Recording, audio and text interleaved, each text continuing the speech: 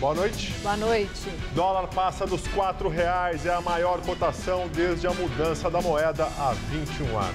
Governo envia proposta para a volta da CPMF. Eduardo Cunha afirma que este ano não se aprova. Justiça da Itália autoriza extradição de Henrique Pisolato, condenado no mensalão petista. E na Lava Jato, ex-deputado André Vargas torna-se o primeiro político a receber pena de prisão. Supremo autoriza investigação contra Mercadante do PT e Aloysio Nunes do PSDB. Depois da visita à Cuba, o Papa chega aos Estados Unidos e é recebido por Obama.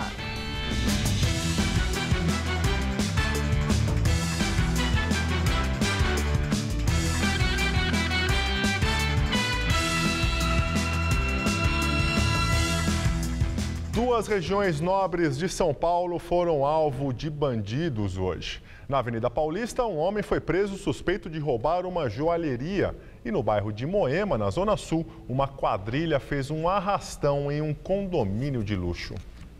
O condomínio fica na Avenida Divino Salvador. 6 homens teriam participado da ação, 2 estavam armados. Os moradores eram abordados nos elevadores no momento que saíam para o trabalho, levados para o subsolo e amarrados. Nossa equipe conversou com um dos porteiros que foi surpreendido pelo bando. Eu fui por volta das 6 da manhã. Eu cheguei 5 para 6 para trabalhar e o meu amigo, porteiro da noite, estava entregando o jornal. E 4 bandidos adentraram dentro da guarita. Nós vamos assaltar o prédio, fica de boa aí que não vai acontecer nada com o senhor. Aí depois meu amigo voltou e pegaram ele e levaram ele para assaltar os apartamentos. Mas eu não sei quantos apartamentos foram, mais ou menos uns 5 apartamentos. A gente não sabe como que eles adentraram dentro do prédio. O funcionário informou ainda que um carro ficou estacionado em frente ao prédio esperando os criminosos. Um dos moradores conseguiu se desamarrar após o crime e ligou para a polícia. Em outra região, que conta com um grande efetivo policial, a equipe do jornalismo da TV Gazeta flagrou hoje a prisão de um suspeito na Avenida Paulista. O homem estava armado e foi detido nas proximidades do shopping Cidade São Paulo. Com ele foram apreendidos relógios roubados. Segundo policiais, a prisão atendeu a uma denúncia de roubo à joalheria na Rua Pamplona. O caso foi registrado no 78DP. Na Semana da Mobilidade Urbana, nossas equipes mostram as dificuldades de locomoção que os moradores de Guarulhos, na Grande São Paulo, e do Morumbi, na Zona Oeste, enfrentam todos os dias. Alguns levam até 2 horas dentro do transporte público para chegar na região da Avenida Paulista.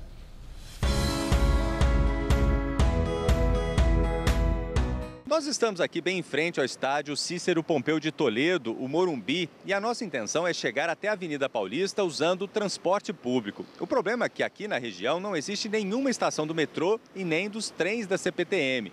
E a nossa opção é seguir de ônibus. Vamos lá? Do estádio ao primeiro ponto não é preciso andar muito. O problema é a espera, que pode ser longa. Demora e vem assim, ó. Lotado. Lotado. Finalmente o nosso ônibus chegou, depois aí de 20 minutos de espera.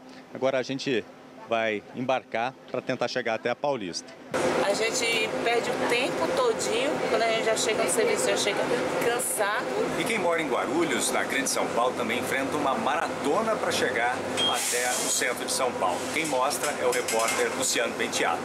Vinícius, este daqui é o ponto inicial de muita gente que mora aqui em Guarulhos e que trabalha em São Paulo.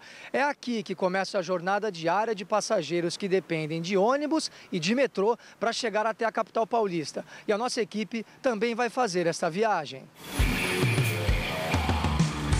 O ônibus é a única alternativa porque a linha 13, Jade, da CPTM, que faria ligação com o aeroporto de Cumbica, está atrasada. O que se vê são pilares inacabados. Eu acho que é um caos, porque isso aqui já devia estar pronto há muito tempo. O veículo chega às 7h30 da manhã. São 20 minutos até o terminal Parque Secap, ainda em Guarulhos. Bom, chegamos aqui no terminal e o passageiro tem 2 alternativas. Ou caminhar até a Via Dutra para pegar um ônibus urbano normal, ou então pegar um ônibus intermunicipal aqui dentro mesmo, com destino ao metrô Armênia, que é o que a gente vai fazer. trânsito na Dutra até que fluiu hoje. A gente está acessando agora a marginal do Rio Tietê. Vamos dar uma olhada como é que está a vida do Vinícius Barra lá na Zona Sul. Fala aí, Vinícius. Vou mostrar para vocês como é que fica a situação aqui na avenida. Ele até está andando um pouco, mas são muitos carros e acaba complicando bastante e a viagem fica um pouco mais demorada. Tem faixa exclusiva, mas os automóveis invadem, ninguém respeita. Uma alternativa muito aguardada por aqui é a linha 17 Ouro do monotrilho. A obra deveria ficar pronta para a Copa do Mundo, mas agora a previsão é só para 2017. Falta muito, viu? Ajudaria para nós. Muito, bastante. 1h30 depois de sair do Morumbi, a gente chega aqui na TV Gazeta. E você, Luciano, também já está chegando por aqui? Bom, faz 1h30 que a gente saiu de Cumbica, chegamos ao metrô Armênia da linha azul. A gente chegou na estação Sé e o vagão já estava lotado, ficou ainda mais cheio, porque muita gente embarcou aqui na Sé, com destino à Zona Sul. Tá todo mundo assim, ó, espremido, literalmente. Terrível. Todos os dias. Pagamos caro por um transporte público que não tem qualidade. 9h30 da manhã, ou seja, 2 horas depois de sair lá de Cumbica, a gente chegou aqui na Avenida Paulista e o metrô assim, ó. É assim que começa o dia de muitos trabalhadores de São Paulo. E uma pesquisa Ibope mostra a avaliação dos paulistanos em relação ao transporte público. O serviço de ônibus teve nota abaixo da média. No geral, na avaliação de quem usa ônibus todos os dias, a nota ficou em 5,1, a média de 5,5. Apesar da avaliação, houve significativa melhora no percentual de notas 9 e 10 nos itens como limpeza, conservação e manutenção dos terminais. Passou de 5% para 13%. Por outro lado, 59% disseram que a lotação dos ônibus aumentou no último ano. 30% afirmaram que está igual e 8% que diminuiu. O tempo de duração da viagem está igual para 34%, aumentou para 32% e diminuiu para 31% dos entrevistados. O tempo de espera pelos ônibus está igual para 43%, aumentou para 30% e diminuiu para 23%. Justiça condena o ex-deputado federal petista André Vargas na Operação Lava Jato.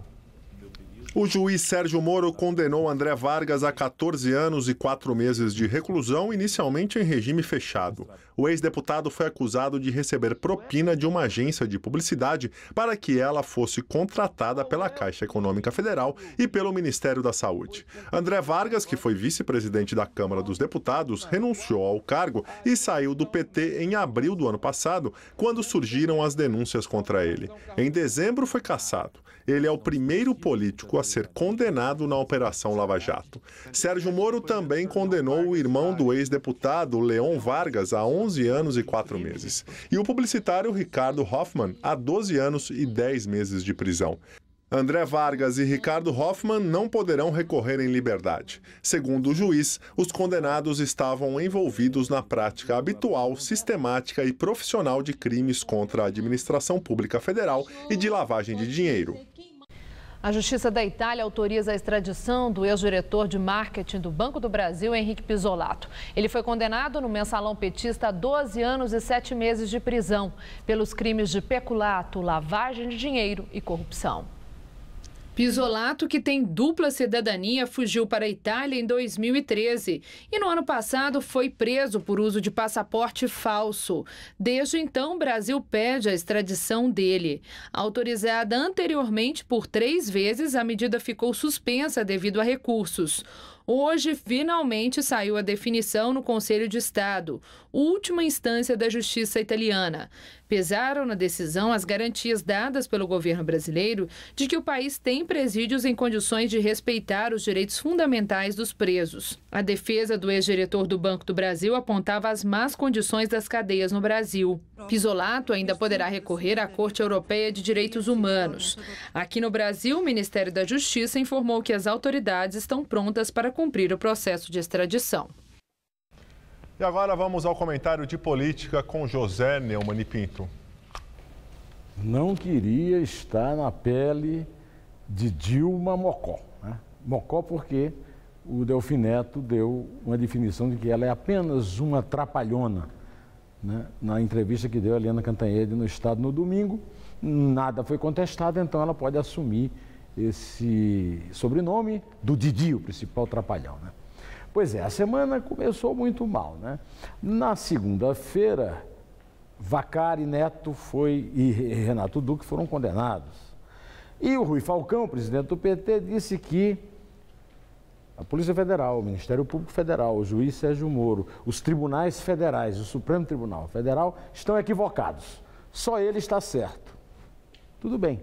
Você, por exemplo, emprestaria uma bicicleta para o Rui Falcão depois dessa reação dele? Hoje a coisa piorou, porque hoje a justiça italiana, como você acaba de ver, acabou com os recursos que impediam a extradição do ex-vice-presidente de marketing, o petista Henrique Pizzolatto, para o Brasil. Ou seja, aquela onda toda que Lula e o PT fizeram de que o mensalão não deu direito de defesa, tudo foi por água abaixo porque a justiça italiana referendou tudo, teve direito de defesa, é bandido mesmo e vai ser extraditado. André Vargas, que ergueu o punho contra o Joaquim Barbosa, quando era do PT e vice-presidente da Câmara, é o primeiro político condenado na Operação Lava Jato. Olha, é um acúmulo de notícia que só me leva a uma conclusão. Daqui a pouco você vai saber também que o Aloysio Mercadante e o Aloysio Nunes Ferreira podem ser investigados porque o Supremo Tribunal Federal já autorizou. Mas todo esse volume de notícias me leva a dois desafios que a Dilma tem que enfrentar. Não é veto para o seu...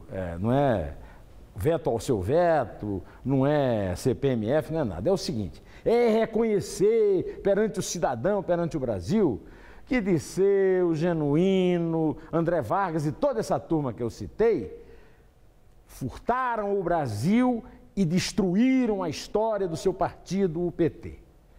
O segundo passo é afastar Mercadante Oliva e Edinho Silva, que estão investigados na Lava Jato, do seu governo até eles provarem inocência, e exigir a mesma atitude do PSDB em relação ao Aloysio deles lá, né?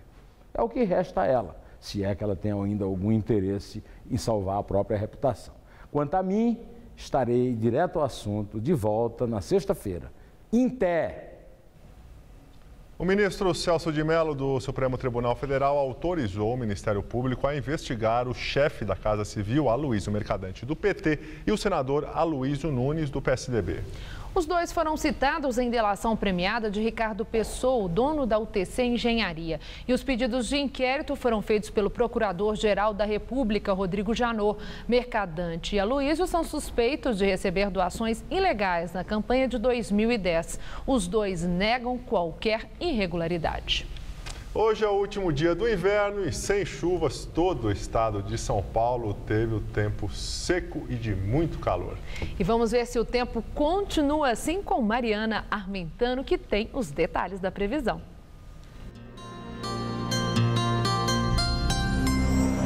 A expectativa é de mais um dia muito quente e bastante seco em boa parte do Brasil. Como ainda não temos previsão de chuva, já que a massa de ar seco continua estagnada sobre o país, os índices de umidade do ar vão continuar em torno dos 10% em toda a região central do Brasil. O ar seco ganhou força até no extremo norte do país, onde costuma ter um alto nível de umidade nessa época do ano.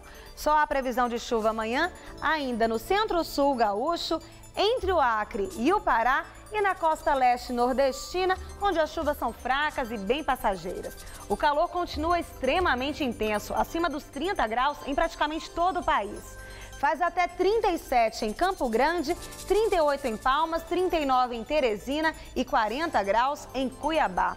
nem os paulistas escapam desse calorão. Com a massa de ar seco predominando sobre o estado, não temos entrada de umidade e, consequentemente, não chove, o que piora consideravelmente a qualidade do ar em todas as regiões paulistas. Aqui na Grande São Paulo, a falta de chuva potencializa também o acúmulo de poluentes. E essa condição só deve piorar nos próximos dias, já que, de acordo com os meteorologistas, o calor, que já tem incomodado bastante, vai aumentar ainda mais. Nesta quarta-feira, as temperaturas vão ficar entre 18 e 35 graus. Na quinta, os termômetros devem chegar à marca dos 36 durante a tarde. E para fechar a semana, as temperaturas disparam ainda mais, chegando aos 37 graus na sexta-feira.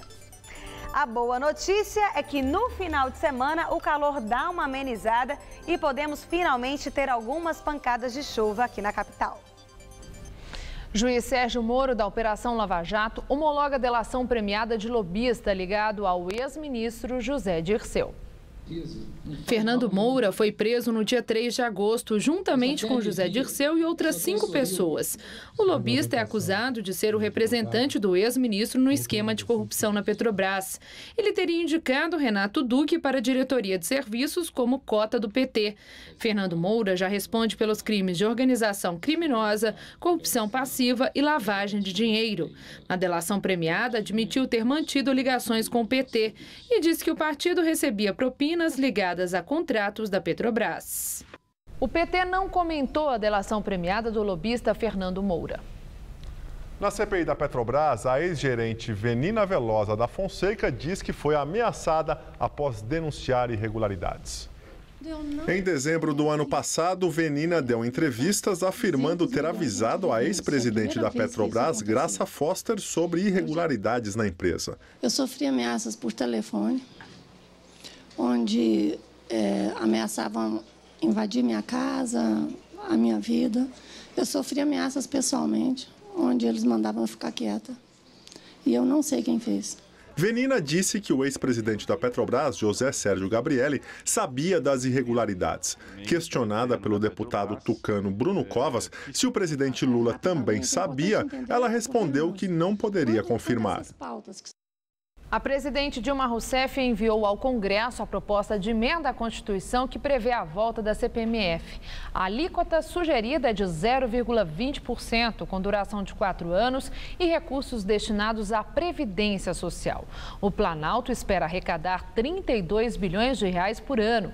A medida deve enfrentar resistências. O presidente da Câmara dos Deputados, Eduardo Cunha, avisou que é de zero a chance de se aprovar a nova CPMF este ano. Também foi publicada a medida provisória que altera o imposto de renda sobre ganhos de capital. Atualmente, em 15% fixos, ele passa a oscilar entre 15% e 30%. A equipe econômica espera tirar as contas públicas do vermelho no ano que vem. O dólar ultrapassou hoje a barreira dos R$ 4,00 e fechou o dia em alta, a R$ 4,05. É a maior cotação desde a criação do real. Segundo analistas, a alta da moeda americana é motivada por preocupações do mercado com votações no Congresso e com a possibilidade do Banco Central dos Estados Unidos elevar os juros. No ano, a moeda americana já acumula alta de mais de 52%. Direto de Brasília, Josias de Souza fala sobre a relação entre a reforma ministerial e a Operação Lava Jato. A reforma ministerial que Dilma Rousseff negocia com os seus aliados diz muito sobre o que se passa na Operação Lava Jato. Hoje, o juiz Sérgio Moro condenou a mais de 14 anos de cadeia o ex-deputado petista André Vargas. Entre as acusações que pesam contra André Vargas está a de intermediar negócios ilícitos no Ministério da Saúde. Em Brasília, Dilma Rousseff ofereceu ao Ministério da Saúde, hoje controlado pelo PT, à bancada do PMDB na Câmara. O líder da bancada do PMDB, Leonardo Pisciani, cogitou indicar para ministro da Saúde um representante da bancada do PMDB de Minas Gerais. O mesmo PMDB mineiro que no governo Lula acomodou na diretoria internacional da Petrobras Jorge Zelada, preso desde junho em Curitiba. Ontem, o juiz Sérgio Moro mandou prender o empresário João Augusto Henriques. Ele é suspeito de ser o elo monetário entre a diretoria de Zelada e membros da bancada do PMDB de Minas Gerais. Se ainda tivesse algum apreço por sua biografia, Dilma não levaria a sacrossanta pasta da saúde para esse balcão da baixa política. Se tiver juízo, a presidente vai manter a poltrona de ministro da Saúde bem longe da bancada do PMDB de Minas Gerais. Do contrário, amanhã, Dilma não vai poder reclamar. Se alguém disser que a presidente foi cúmplice de práticas pouco republicanas, é porque encontrou material. Boa noite. ONGs e associações realizaram uma pesquisa que traça o perfil do ciclista paulistano. O estudo faz parte da comemoração do Dia Mundial Sem Carro, que é hoje, e também da Semana da Mobilidade. Veja na videoreportagem de Renata Falzoni. O Dia Mundial Sem Carro amanhece com uma faixa demandando ciclovias na periferia, na Avenida Paulo VI. Para que o pessoal da periferia possa chegar aqui para trabalhar e possa voltar em segurança para sua casa. Essa necessidade está comprovada na pesquisa sobre o perfil do ciclista paulistano. Baseada em respostas de 1.804 cidadãos que pedalam, abordados entre 10 e 28 de agosto em todos os cantos da cidade. Uma iniciativa das associações Ciclocidade, Transporte Ativo e Observatório das Metrópoles. Com esses dados, o poder público vai poder planejar muito melhor as políticas públicas para quem usa a bicicleta em São Paulo, compreendendo a diversidade e as nuances que se tem através de diversos recortes. Alguns dados derrubam conceitos pré-estabelecidos, como 62% dos ciclistas pedalam percursos de mais de 5 quilômetros. Mais de 70% usam a bicicleta 5 vezes por semana.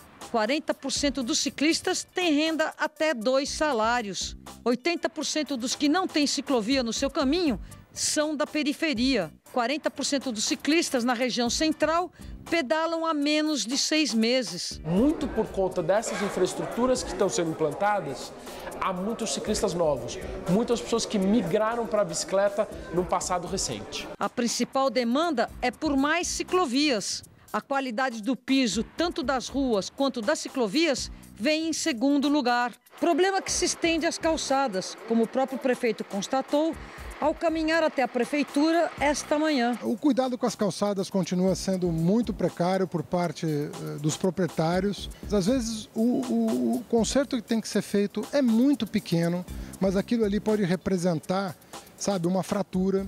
Entre os dados apresentados está o aumento de ciclistas aqui na Avenida Paulista. Depois que inaugurou a ciclovia, o número mais que dobrou. Das 6 da manhã às 8 da noite, por aqui passam 2.112 ciclistas, ou seja, um aumento de 116%. De fato, infraestrutura gera demanda. Eu, na verdade, estou começando hoje, motivado ao Dia Internacional do Sem Carro. Aprovou? Sim, esse percurso que eu fiz aqui eu achei muito tranquilo. A Volkswagen admite que 11 milhões de carros a diesel em todo o mundo foram equipados com um dispositivo que permite enganar os testes de emissões de poluentes. A empresa anunciou que vai reservar 6,5 bilhões de euros no terceiro trimestre do ano para realizar as alterações nos veículos e recuperar a confiança do público. Hoje, as ações da montadora na Europa regrediram mais 19%. Ontem haviam fechado com queda de 20%. O chefe da montadora nos Estados Unidos disse que a empresa fez besteira porque foi desonesta com as autoridades do meio ambiente e com os clientes. O escândalo estourou na sexta-feira passada, quando a Agência de Proteção Ambiental dos Estados Unidos revelou que quase 500 mil veículos Volkswagen e Audi com motor a diesel construídos entre 2009 e 2015 e vendidos no país tinham um dispositivo que enganava os testes de controle de gases poluentes. A chanceler alemã Angela Merkel exigiu transparência total no caso. Os ministros do interior da União Europeia aprovam o plano para a distribuição voluntária de 121 mil refugiados nos próximos 2 anos. Não houve unanimidade. A decisão sobre a realocação de 120 mil imigrantes foi adotada por uma ampla maioria dos 28 Estados-membros. A Hungria, a República Tcheca, a Romênia e a Eslováquia votaram contra e a Finlândia se absteve. Os países que votaram contra o sistema de cotas também vão ter que acolher certo número de refugiados. A Organização para a Cooperação e Desenvolvimento Econômico estima que a União Europeia deve receber 1 milhão de pedidos de asilo até o fim do ano e conceder o status de refugiado para até 450 mil pessoas. A pedido da chanceler alemã Angela Merkel, os chefes de governo e de Estado do bloco se reúnem amanhã para discutir a crise. E agora vamos ao comentário de política internacional com João Batista Natali. Um fantasma circula na Europa. É o fantasma do preconceito contra os muçulmanos. O anti-islamismo é um racismo tão horroroso quanto o preconceito contra os judeus. O anti-islamismo se agravou com a chegada dos refugiados da Síria e do Iraque. Pelas últimas contas, já foram 330 mil esse ano. A situação é particularmente grave na Hungria, onde o primeiro-ministro Viktor Orbán disse que não quer saber de muçulmanos no país dele. Na Polônia, o governo reagiu quase que do mesmo jeito. O anti-islamismo teve 3 etapas na recente história da Europa. A primeira começou há uns 70 anos, quando as economias mais industrializadas precisavam de mão de obra barata. Foram os turcos na Alemanha, que hoje representam 4% da população, ou os paquistaneses no Reino Unido, com quase 5%, ou então os 8% de marroquinos e argelinos na atual população da França. A segunda etapa aconteceu com 11 de setembro, depois dos atos terroristas da Al-Qaeda. O muçulmano esperava medo. E a terceira etapa começou com a crise dos refugiados. Foi por causa dela que os grupos de extrema-direita convocados há alguns meses manifestações na Alemanha, na Inglaterra e na Dinamarca.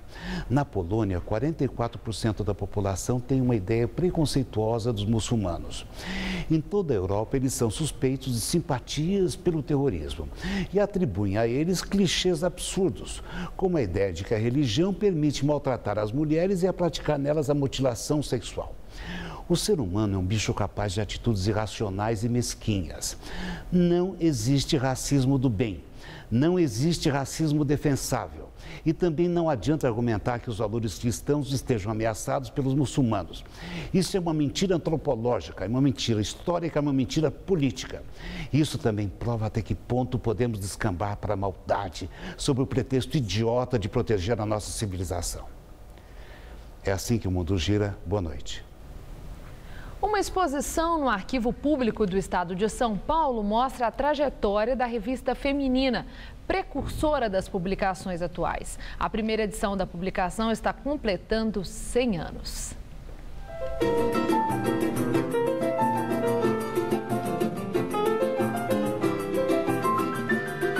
A moda já predominava. Nos desenhos, modelitos baseados no conceito europeu de vestir. Para os cabelos, as novidades em penteados. Também receitas de beleza para a pele e dicas de exercícios físicos na versão fitness da época. Assuntos que já interessavam as leitoras do início do século passado. A revista feminina, fundada em 1915, foi a primeira publicação editada em São Paulo totalmente dedicada ao público feminino, para orientar a mulher no papel de mãe e esposa. Uma mulher, né, que é voltada para casa, cuidar dos filhos, cuidar das roupas, né, dos costumes, daquela moral feminina, digamos assim, predominantemente isso. Idealizada por Virgilina Salles, filha de uma tradicional família paulistana, a revista feminina alcançou notoriedade entre as concorrentes da época. Circulou em todo o país no esquema de assinaturas durante 21 anos, com tiragem que chegou a 30 mil exemplares. A revista feminina, ela é um marco pela tiragem que ela tem, né? Pela duração da revista, né? Uma duração, porque você manter uma revista impressa nesse momento, com uma tiragem desse tamanho, é um fenômeno. Apesar do foco do papel feminino dentro do universo doméstico, a revista já publicava, nos anos de 1910 e 20, artigos que questionavam a posição tão desigual da mulher na política, no mercado de trabalho. O texto de uma edição de 1922 critica o salário mais baixo das operárias e a falta de leis para proteger as que se afastam por causa do parto, numa alusão à necessidade do que muito depois viria a ser a licença maternidade. Trata da questão do voto feminino, entendeu? Quer dizer, ela traz isso. Tem matérias que falam sobre o assassinato das mulheres, nesse período que mostra como elas dizem a pátria, né? Pelos maridos. Revista considerada precursora. Ela está no rastro destas grandes publicações femininas de hoje. E também das revistas da TV. O Mulheres, o programa feminino da TV brasileira, que há mais tempo está no ar, completa 35 anos. Já foi apresentado por Ione Borges, Claudete Troiano, Clodovil e desde 2002 está sob o comando de Kátia Fonseca. A exposição pode ser vista até o dia 1º de outubro, das 9 da manhã às 5 da tarde. A entrada é gratuita. Mais 33 menores fugiram ontem à noite de uma unidade da Fundação Casa Antiga FEBEM. Foi a segunda fuga em menos de uma semana na unidade de Guaianazes, na zona leste da capital.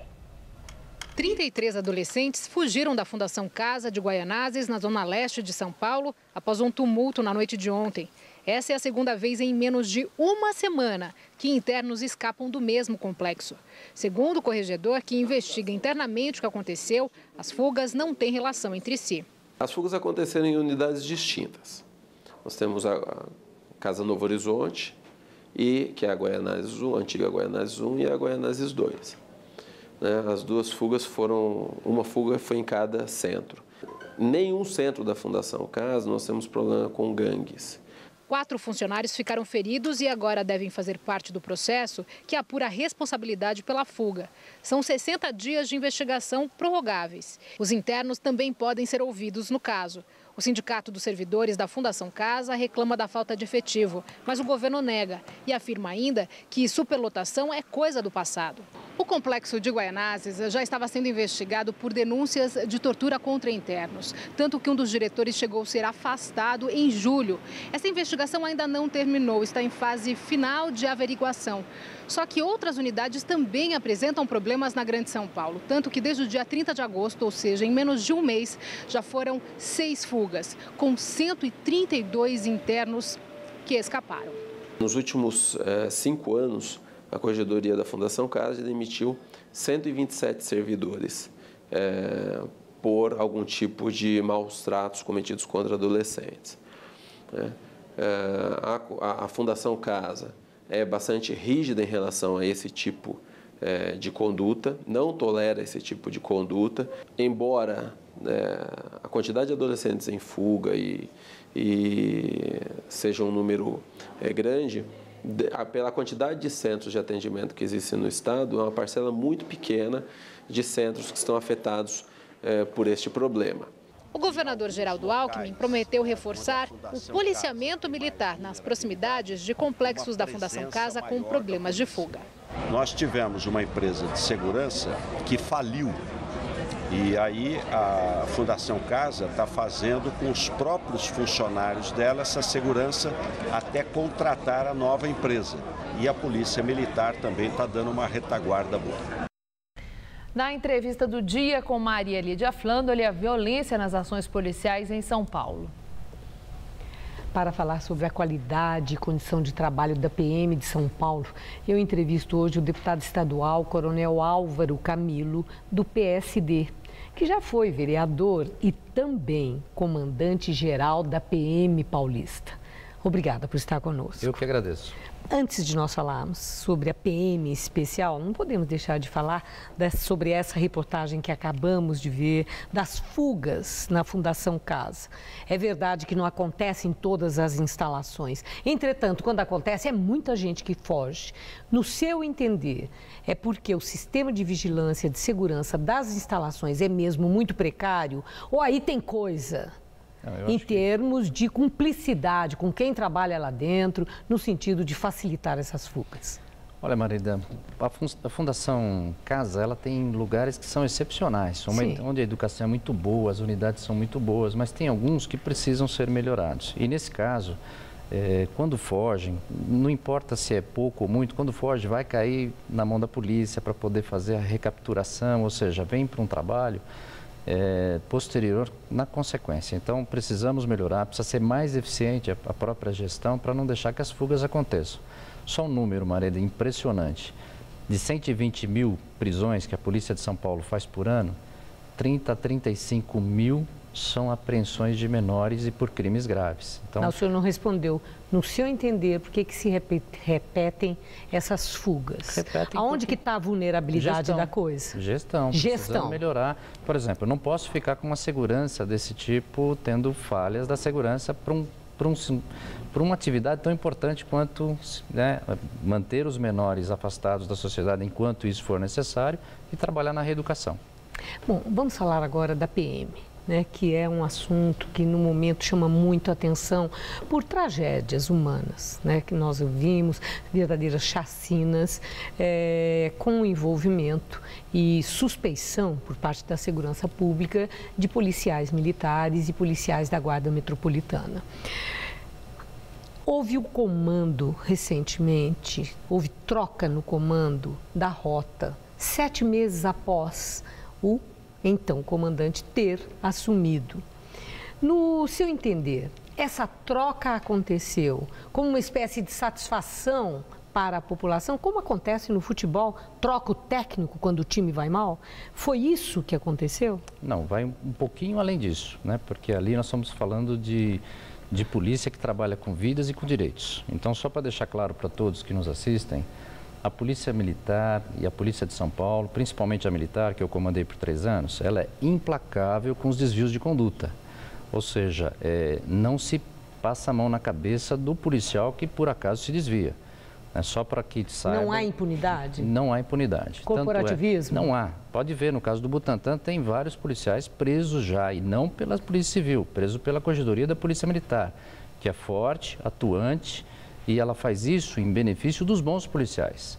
Eu deixo bem claro, Maria Lídia, para todos que nos assistem, que a Polícia Militar de São Paulo é formada por 90 mil homens hoje, 94 mil homens, dedicados, que morrem pelo cidadão se precisar. Então, esses que se desviam, a própria polícia atua. E nesse caso dos comandos, uma das formas até para dizer que o caminho não é esse, não é o que se prega nas escolas, que o respeito às pessoas e os direitos humanos é ensinado todos os dias, se faz a troca de comando. Por quê?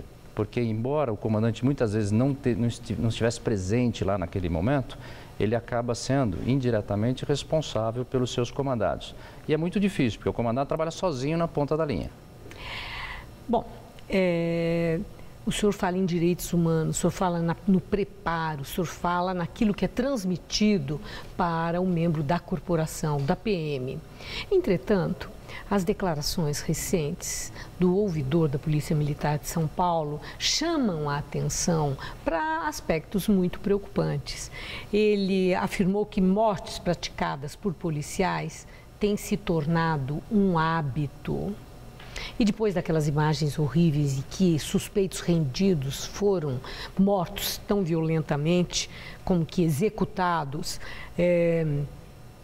o ouvidor disse que existem sim grupos de extermínio dentro da corporação. Para o secretário da Segurança foram declarações panfletárias. Entretanto, essas declarações preocupam o senhor? É o que eu quero saber. As declarações sempre preocupam, porque envolvem um trabalho muito bom feito pela população de São Paulo. O que nós precisamos agora é ver o seguinte: o nosso ouvidor, ele precisava conhecer um pouquinho mais a sua polícia antes de falar. Então ele fala algumas coisas que não, e se ele tem tanta certeza de que acontecem, por favor, eu convido o seu ouvidor, passe para a gente lá quais são esses grupos que é para a gente investigar. A polícia volta a falar. Quando ela recebe denúncias, né? Ele recebe denúncias e muitas vezes ele tira conclusões em cima das denúncias. As denúncias precisam ser apuradas. Não é só tirando conclusão em cima do que se recebe que eu vou achar que tudo está errado.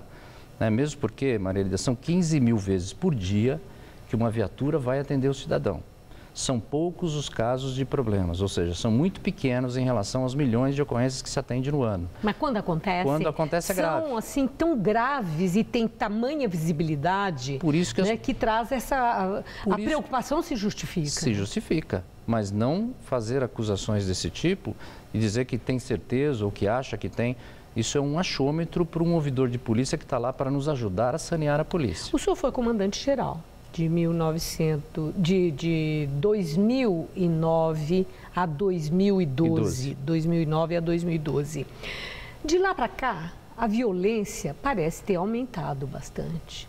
O crime organizado, cada vez mais organizado, mais fortalecido, com cooptação na própria sociedade, crescente. Existe uma cultura de guerra na polícia militar, em que o policial, quando sai, ele vai para um campo de batalha, ele sente isso, quer matar ou morrer? Não, isso não existe. Eu deixo bem claro para todos que isso não existe. O policial sai para prender o infrator da lei. Ele não tem inimigo, ele tem infrator da lei a ser preso. O que acontece hoje é que o sentimento de impunidade está tão grande que muitas vezes a gente mesmo se sente seguro. Maria Lida, nós estamos hoje com os menores indicadores da história de São Paulo. E, no entanto, a sensação de segurança é muito ruim. Por quê? O sentimento de impunidade é muito grande. E, por outro lado, o respaldo para o policial, o respaldo para os nossos policiais, ele está muito fraco. Nós precisamos melhorar um pouquinho a dignidade, reconhecer mais o trabalho policial. Bom, quando o senhor fala nós precisamos, o senhor está falando diretamente numa política pública do governo de São Paulo. O senhor está dizendo o governo Alckmin precisa? É isso que o senhor está falando? Todos nós, o governo e a própria sociedade. Em que sentido a sociedade pode melhorar a condição do policial? A sociedade precisa ajudar a polícia, né? Não um dever, mas uma colaboração em dar informações e ajudar a polícia a melhorar também e ajudar mais, ajude a polícia a ajudar você. Agora, por parte do governo, sim, precisa um reconhecimento melhor do governador Alckmin e a sua própria polícia. Muito obrigada, agradeço a sua informação. Alguém que teve uma atuação de liderança dentro da Polícia Militar de São Paulo. Eu que agradeço. Boa noite. Boa noite. Estela. No Brasil, aprender o braille, o método de leitura e escrita para pessoas com deficiência visual, ainda é uma dificuldade para as famílias. A máquina braille chega a custar R$5.000. A fabricação nacional existe, mas é muito pequena diante da demanda. Pelo menos 16 mil cegos esperam por uma doação. Heloísa nasceu com uma doença na retina que causou uma redução gradual na visão até ela ficar cega. Desde pequena, frequentava a escola como ouvinte. O grande sonho é aprender o braille, mas para isso ela precisaria de uma máquina específica. A máquina é muito cara. A máquina está em torno de R$2.000, R$2.500. E teria que ter uma em casa e uma na escola. Na escola, ela até teve a oportunidade de lidar com a máquina, mas desistiu por não ter continuidade do aprendizado em casa. Essa escola que ela está, a diretora até conseguiu os livros, todos em braille para ela. Apostilas, né, Ilu? É. As apostilas, tudo em braille para ela. Só que ela ainda não sabe o braille. Hoje no Brasil existem cerca de 6,5 milhões de deficientes visuais. Só no estado de São Paulo são mais de 2.700.000, segundo o IBGE. E apesar de existir uma legislação específica para eles, são ainda muitas as dificuldades. Uma delas, por exemplo, é o acesso à máquina de escrever em braille. Um dos únicos locais no Brasil onde esta máquina é fabricada é na Associação Brasileira de Assistência ao Deficiente Visual, Laramara, que fica na região central de São Paulo. E hoje a gente consegue, a máquina que já é importada a um valor próximo a R$5.000, hoje teve a redução de 50% desse valor. E a nossa produção hoje, nossa capacidade de produção é 150 máquinas mês. Independente de doações, essa produção fica linkada ao número de máquinas que a gente consegue doar. Então hoje a gente só produz 30 máquinas mês. Segundo o Cristiano, apesar da instituição vender a máquina, 90% das pessoas que vêm atrás do equipamento solicitam que ela seja doada. E por isso há uma fila de espera com mais de 16 mil deficientes visuais. Se essas crianças, esses jovens não se alfabetizarem, não se capacitar para com essa escrita, hoje, amanhã realmente eles não conseguem chegar no mercado de trabalho com qualidade. A associação também tem atividades complementares à escola. Poliana tem 10 anos e foi aqui que aprendeu a escrever em braille. Me ajudou muito, porque sem eu escrever e sem eu ler, eu não vou saber a escrita das palavras. Ela lendo e escrevendo em braille, algum erro de leitura, ela mesma corrige. A própria... Então não tem como falar, ela deixar um erro passar, ela pega ali na hora o erro, né? E a gente sempre explica para ela. Você lendo, você aprende a escrever mais e escrevendo, você aprende a ler melhor também. Em nota, a Secretaria Estadual da Educação afirma que a Heloísa pode utilizar uma sala de recursos em uma outra escola e que ela conta com transporte para levá-la a essa unidade, que possui professores especializados e ambiente equipado com materiais pedagógicos específicos para auxiliar no processo de inclusão escolar e aprendizagem. Ainda segundo a nota, será solicitada uma máquina braille para atender a aluna em sala de aula.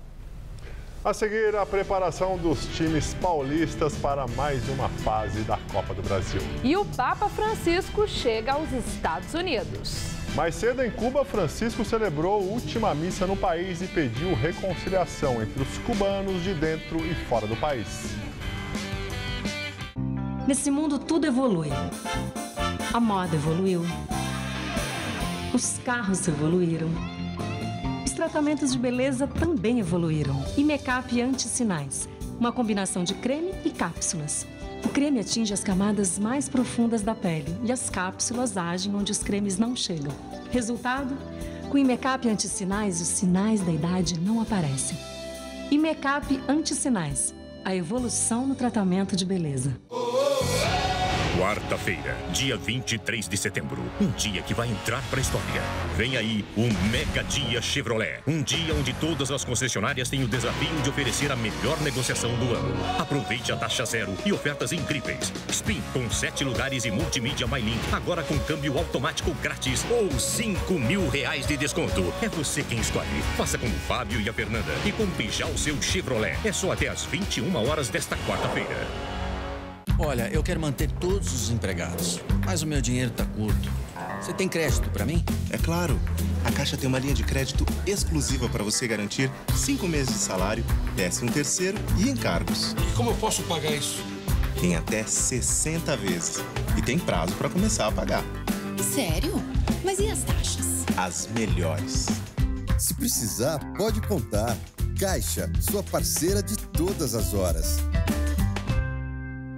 Se você quer estudar jornalismo, relações públicas, publicidade e propaganda ou rádio, TV e internet, a Faculdade Casper Liber é o seu lugar. Quer conhecer? Eu te levo! Aqui a gente aprende na sala de aula e também em laboratórios de rádio, fotografia, edição de imagens e estúdios de TV. Você também pode colaborar em revistas, sites, programas de TV e rádio laboratoriais. E tem oportunidade de estágio dentro da Fundação Casper Liber.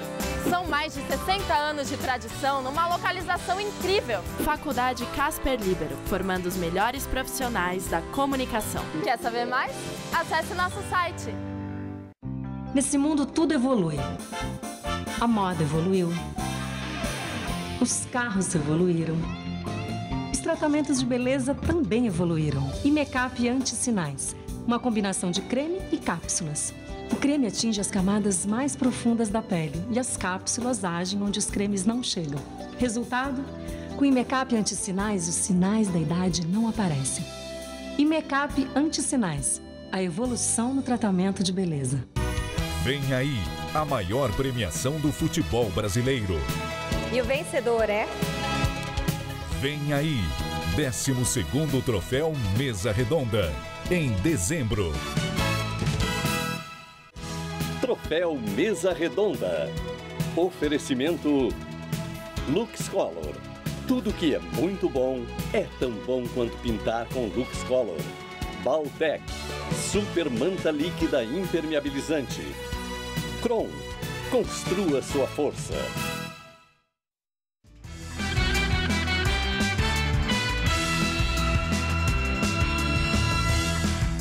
E agora as notícias do esporte com Estela Gontijo e Celso Cardoso. E amanhã tem quartas de final da Copa do Brasil. Começa a briga por um lugar nas semifinais. Celso Cardoso. Estela, a bola rola pelos jogos de ida das quartas de final. O Figueirense recebe o Santos, o Inter, o Palmeiras, o Fluminense, o Grêmio. E no Morumbi, o São Paulo encara o Vasco da Gama. No tricolor, a Copa do Brasil é a prioridade neste momento. E até por isso, desta vez o técnico Osório vai escalar o que tem de melhor.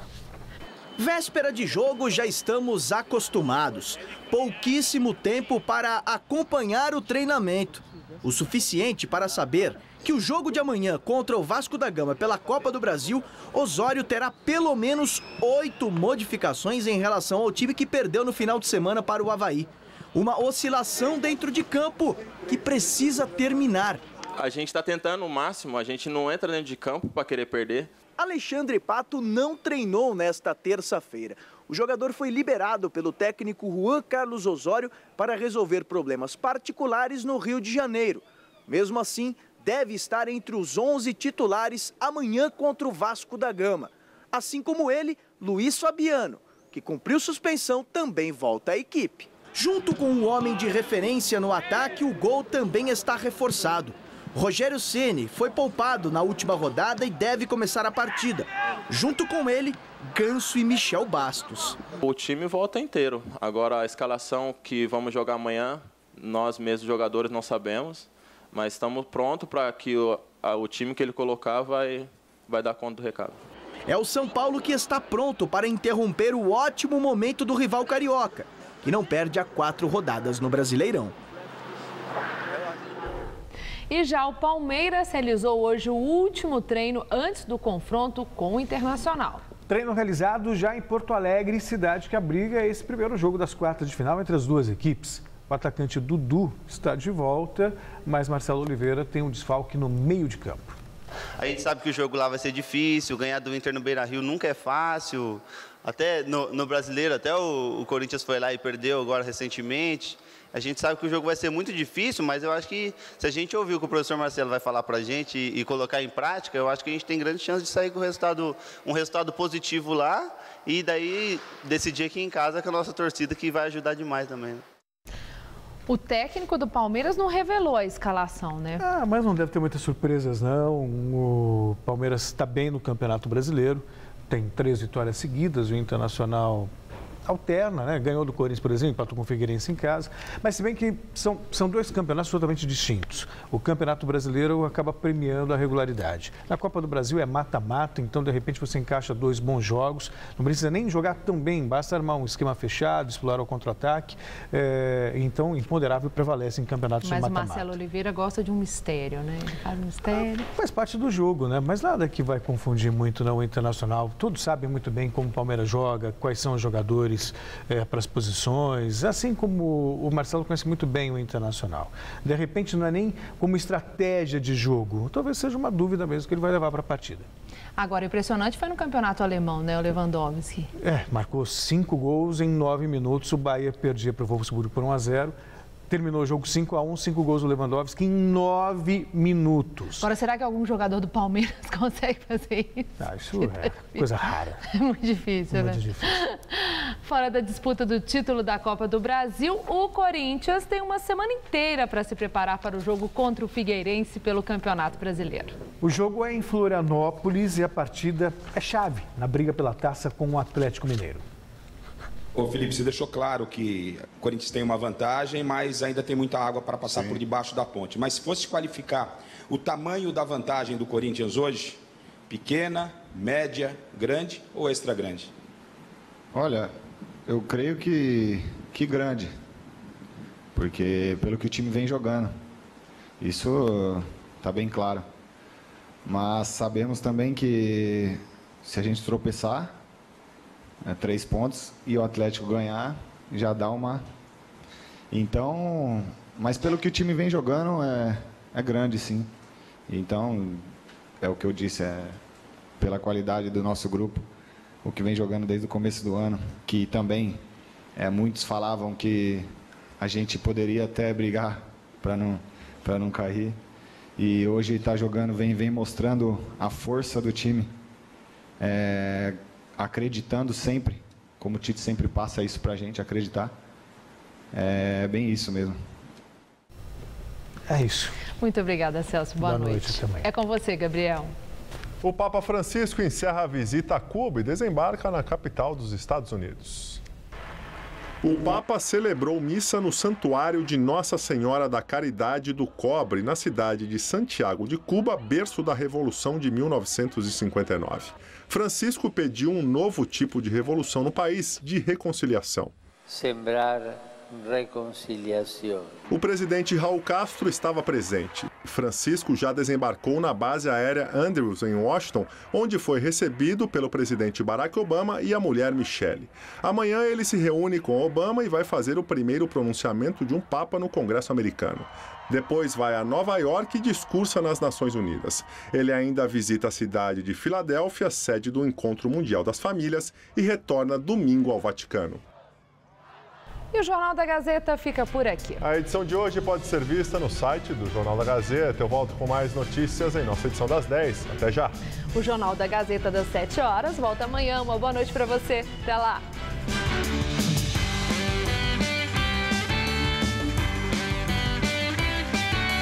A ex-ginasta Laís Souza conversa sobre vida e superação em A Máquina. Hoje, 11h30 da noite.